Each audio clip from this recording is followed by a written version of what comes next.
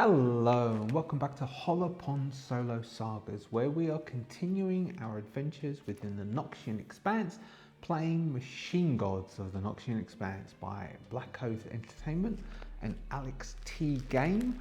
I think we are something in episode 8 of this. Now, where did we leave our hero, Mavian? Well, hero, I say hero. Mavian is a reclaimer.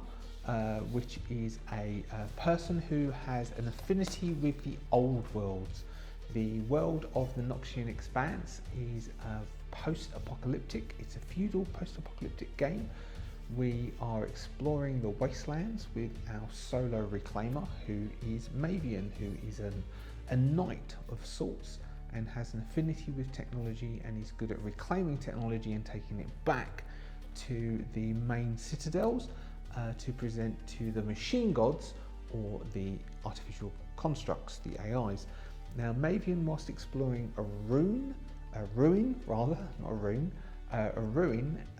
in the Noxian Expanse, has came across an android who we're referring to as Marvin the paranoid android, and an AI construct whose name is Temeta.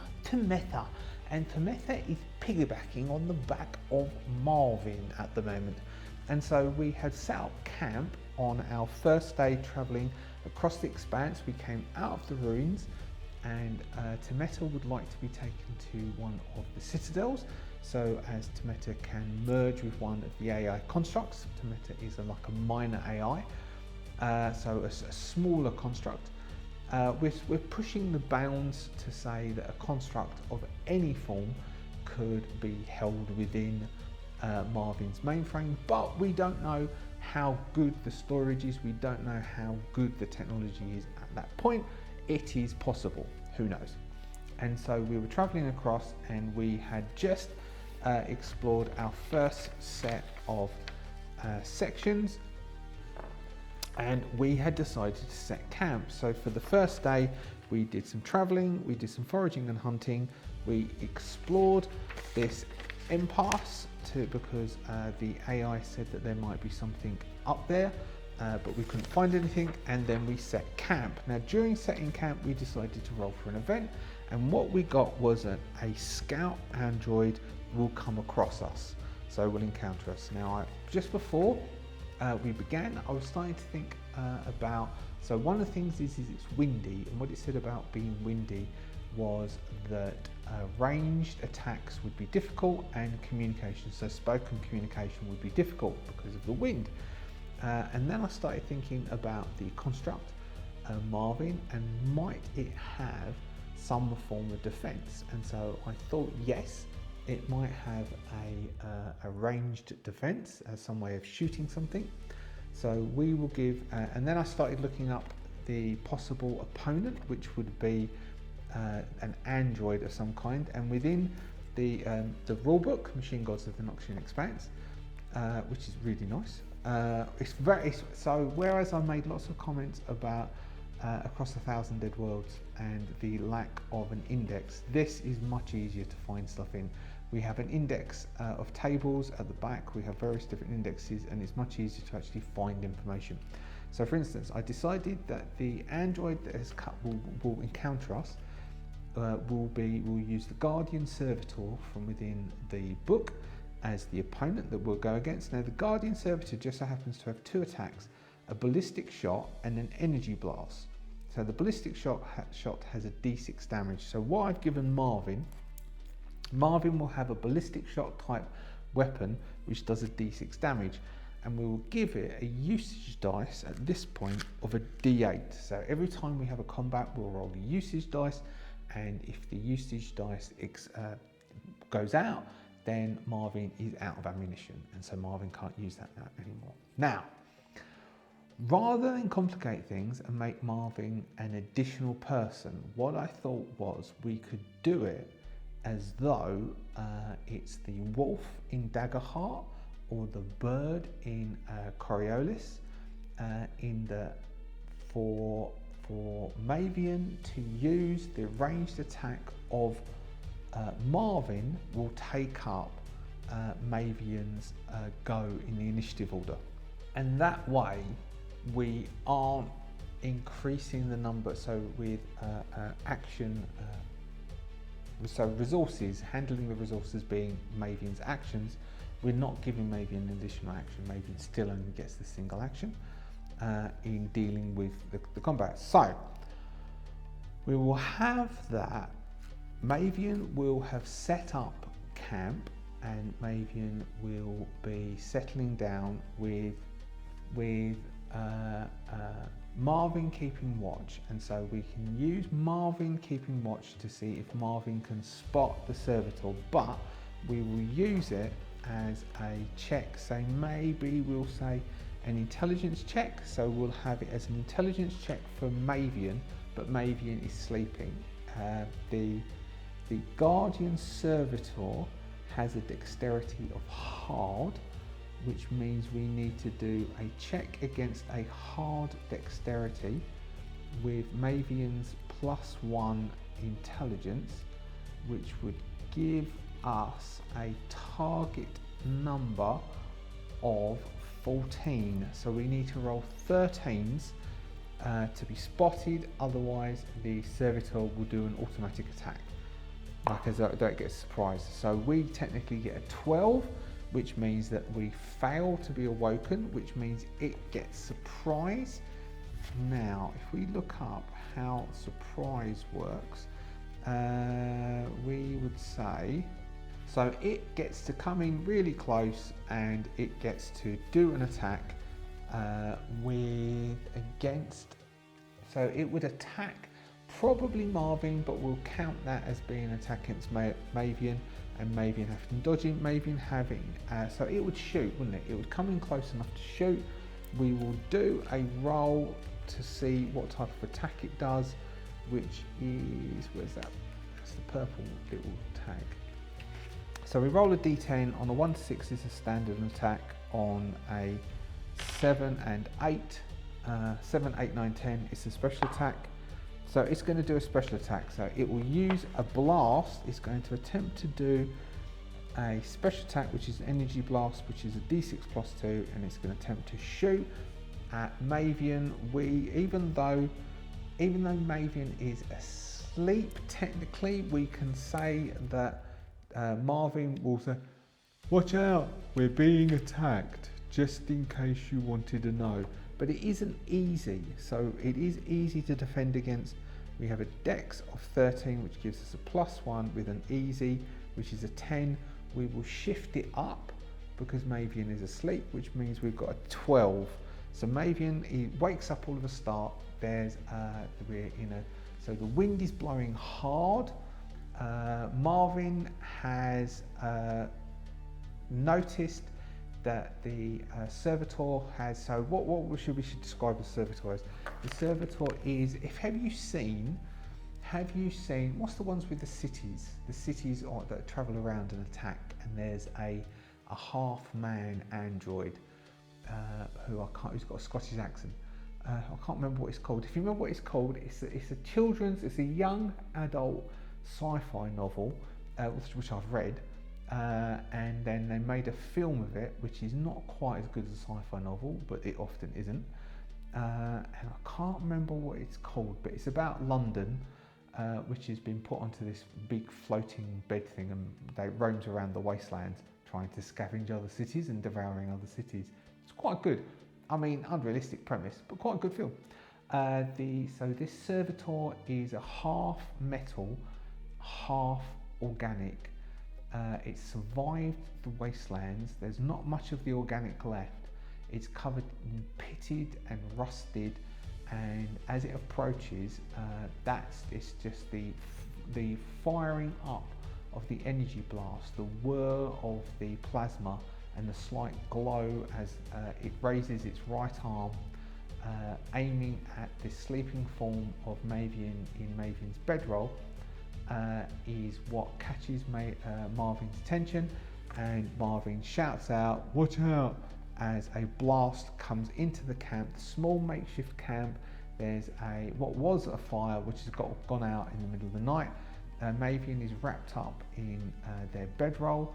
tightly with their cloak wrapped around them as well, still wearing their armour because they are trained as a knight and it is out in the wastelands and they don't feel safe. And then Mavian will get a chance to jump up and leg it. So Mavian's defense rating is +3, so we need to roll a +3 against their attack. I do believe, let me double check. Attack, this works as a dynamic target number PCs must roll against when defending. Yes, so its attack is easy, so we have a +3, which means that we need to roll 12 with +3, so we need to roll 9s, but we will shift it up because we are asleep, which means it becomes an average, which is a 14, which means we need to roll 11s to defend against this. 12. Okay, so Mavian jumps out of the bedroll, rolls to the side as the ground, the hard floor covered with brush that Mavian has made into a makeshift bed so Mavian could sleep, is hit by this energy blast and begins to sizzle as Mavian rolls to their feet and draws their sword, and we roll initiative. Now it goes on an initiative of 8. Mavian has a +1 for initiative, which is a 16. So Mavian could go first. Now we could start off by saying that Mavian, so the distance, Mavian is going to close the distance as Mavians move, and we will say that Marvin is going to shoot at the droid. Oh, it should have shifted up because it should shift down because of the wind, attempting to hit it. Now it has a DR of average. We are going to say that Marvin can use Mavian's intelligence, which is a +1. We have no total attack bonus, so it's a +1 or it's a dex, isn't it? +1 to shoot it, which would be an average DR. Shunted up becomes a hard because of the wind. A +1 becomes a 14, which means that Marvin needs to roll a 13 to hit the servitor. We get a 9, so the shot goes wide. We won't roll the usage dice until the end. So what we could say is the Marvin shooting is noisy, which puts Mavian off, which means why Mavian can't take Mavian's turn. We'll mechanically justify that. The servitor then is going to shoot with the energy blast again at Mavian. Mavian has an easy and is up at the moment, which is a 12. If it's a difficulty, shunting, which would make it a very easy, which is a 10, which is a 7. So Mavian needs to roll 7s to defend against this, otherwise Mavian's going to get hit. A 10 is enough. So the blast hits the ground where Mavian was running, as Mavian continues running towards the servitor. So that was the servitor's turn. So Mavian went through it, that's the servitor's turn, that's the end of the round. We then go on to the next round. As the blast hits Mavian's feet, Mavian knocks Mavian to the ground, which lets the servitor go first in this round. And so the servitor will shoot again with the blast as Mavian gets to their feet and begins to run, sword out, would Mavian, yeah, you can make a guttural noise, you just can't shout a word because Mavian's tongue has been removed, which still means that Mavian can make a grunting noise. So Mavian is going to grunt in battle rage, dodging the shot that the blast from the servitor, as Mavian is going to engage with the servitor with Mavian's longsword. This servitor has a hit points of 8 and is a DR average, which means Mavian needs to hit an 11 with no pluses. Marvin will move to the side. So Tometa will go, now Marvin, I think it would be a good idea if we get down into some cover. You can of course keep shooting at it if you decide to, but let's not get shot ourselves. Alright, then that seems like a really good idea. I mean, if this fella gets killed, we can still keep going. Mavian is going to grunt, holding the longsword in two hands. He's going to come face to face with this servitor, which is sort of struck position with trousers that are flapping around metallic titanium rusted legs. The joints are creaking as it braces for the impact of Mavian coming steaming in. We get a 16, which is going to hit, isn't it? So an average with a 0 makes an 11, so 16 hits. So Mavian smashes in with the longsword, doing a d8 damage, doing 6 points of damage. It's only got 8, doing 6 points of damage, knocking it down to 2 hit points. As it gets knocked back, Mavian smashes into it. Sparks come up as the blade hacks against its metallic skull, which quite literally looks like a skull. The blade scrapes across its face, taking off a top layer of rust and exposing the chrome underneath, hitting into its shoulder, dislocating its shoulder as it moves back, reaching in. So who won the initiative? It won the initiative, didn't it? And it missed, and then Mavian came. So this is Mavian's turn. Putting its shoulder in, creaking, sparks coming out of the exposed wires. We roll for initiative. We get a 5, which means it goes first. Now, what is it going to do? It will roll a d10 again, and so now it's on under half hit points. It might try and peg it. We have underneath 50%, we roll d10, a 5, special attack if any, otherwise standard attack. Okay, so it's going to the whirring as the plasma, is it plasma? Energy blast. As the plasma builds up into its fist, its exposed fist, as the metallic tube has extended from its forearm. Mavian is within a few feet of it. This is nearby, which is all right. Mavian will attempt to dodge out the way. It has, so this is an easy. Mavian has a +3, which is 12, which gives us a 9. So Mavian needs to roll a 9 to dive to the side and avoid getting shot. A 3 is a fail, but we are going to use lucky to re-roll that this turn.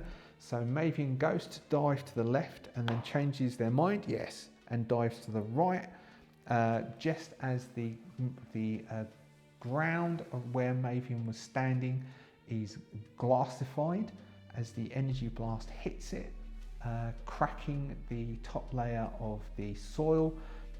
Mavian rolls to their feet and dives in. I've got a piece of card here which says Stuffzauker. A Stuffzauker is a vacuum cleaner.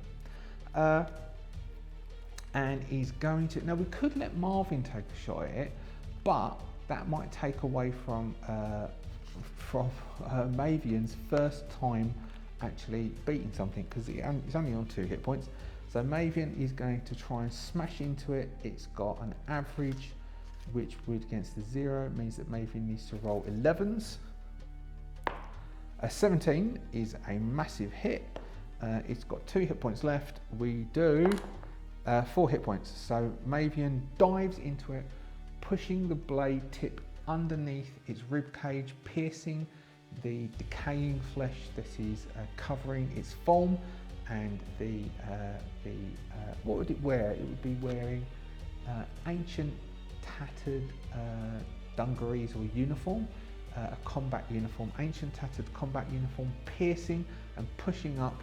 The blade pierces its top through its clavicle, and causing its head to skew to the left as it jerks and spasms and collapses to the ground. End of combat. We get a scavenger roll. So Mavian will instantly attempt to scavenge from this thing. 1 roll on the scavenging table. Scavenging, that's spoils. Mavian will check that Marvin and Tameta are okay. and then we'll look over the body of this ancient relic and see what Mavian can find, and then we might give Mavian a form of technological lore roll to see if Mavian can take some components off it as well. Knowledge tools, understanding constructs, advantage next roll. I've got written on top of Speech Broker. We have a 6. A 6 comes up with 2d20 credits. So there's enough materials to give Mavian 17 extra credits. So 17 coin worth of components. That's all right. And then Mavian is going to make a technological lore roll to see if Mavian can get anything else out of this, because Mavian is good at technology. We are going to say that this is not going to be easy. Mavian has an intelligence of +1. If it's not easy, then what is it? It's hard, which means we need a 13 for Mavian to scavenge something else. No. So there's not much. It's too rusted. The bits are all falling apart. There's not much left of this servitor. And with that, we've got a needle of resuscitation. With that, we will go back to setting up camp, and Mavian is going to try and make it clear that Marvin should have been a little bit more aware of what was going on. I'm really sorry, I did try and warn you that something was here. And we will we will wait until the morning of day 2, and we're going to explore day 2. So day 2, they will awaken. We used up 1 ration, didn't we? Yes. So we've still got 2 rations left. We will move, I think. So we've got primitive carvings, which are in this bit here, and we don't know what's in these.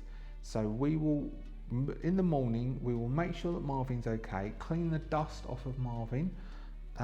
We will then proceed to there, because we're heading up, because you didn't see this last time, could you? We're basically going to start heading up here, which is a transport across there.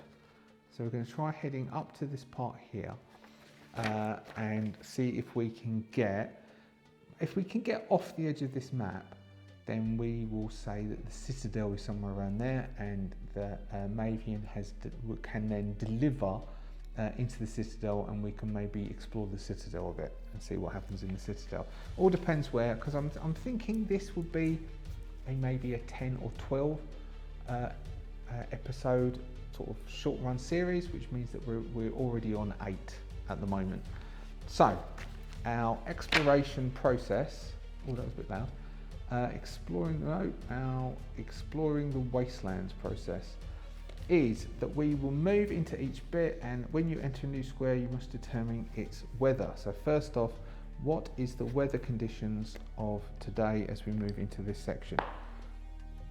We have a 17, which is a light drizzle, falls enough to dampen clothes but not enough to be a major inconvenience. So it begins to drizzle. As we travel into that new sector and travelling in, so this has got primitive carving. So what is the terrain of this? The last one was plains, and this one is a 20. Oh, it's water. Okay, so this is a lake. So as we move into here, we have water, we have a lake. So something in the middle of this. So maybe there's a large expanse of water, which we've now realised takes up most of this area. It's a huge lake. There's something in the middle that could be quite interesting, which is the primitive carvings. We can see some old settlement which is in the middle.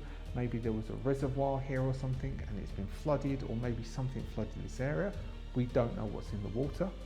So to get across into anything interesting, otherwise we can't do anything in this space unless we can find some sort of boat to travel. Otherwise we're going to have to come back and come around, because I think it's fair enough if this expanse is huge and watery, that though we can see what's here, we can't go here. We'd have to come back around and come this way because of the water here. So we've moved into this, we've found it, but it's not impassable. Impassable means you cannot pass. What it means is we need to try and find some kind of boat or build something to get past that way. which might be difficult because Marvin is going to weigh a ton, quite literally. So whatever we build is going to be really sturdy. But we'll roll these bits here first to see what's in these.